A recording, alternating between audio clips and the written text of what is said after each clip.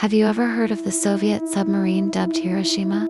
The submarine, officially named K-19, was doomed from the very start.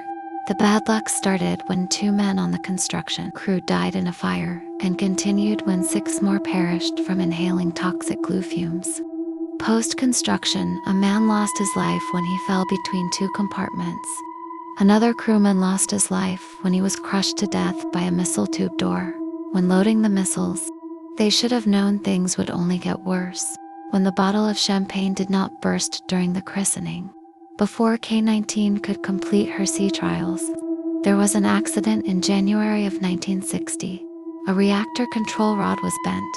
This caused the entire control rod drive mechanism to have to be disassembled, repaired, and reassembled. Before the vessel could complete her sea trials, she suffered flooding, and the entire rubber coating on the hull had to be removed and redone.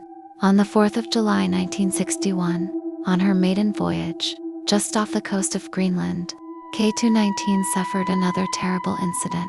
The reactor's coolant system failed due to a major leak. To pile on the ship's problems, the long-range communication system was down, and they couldn't even call for help. Before the problem could be addressed, the temperature soared to over 1,400 Fahrenheit, or 760 Celsius, and a fire broke out. Captain Nikolai Zatayev ordered the engineer crew to rig a new cooling system with air valves and the drinking water system. Once the fire was out, the crew was able to get the job done. But that meant working in close quarters with all of the radiation that had been spilled from the reactor. It's been reported that sailors working on the reactor took 5 to 10-minute shifts and wore rain jackets and gas masks for protection. Ultimately, the entire crew and ship were exposed to radiation. American warships, having heard the distress call, offered to come and evacuate the crewmen. Captain Zatayev declined, fearing the U.S. might gain valuable Soviet military information. The crew began sailing south to meet Soviet diesel-powered submarines. Fearing the crew would mutiny, the captain had all of the small arms thrown overboard, except for 5 pistols, held by him and a few of his most trusted crewmen. It took 21 days for the crew to finally get close enough to be heard by another Soviet ship and rescued. By this time, all 8 crewmen that worked on reactor had died. The K-19 was towed back to the Soviet Union, and all crew members involved were sworn to secrecy.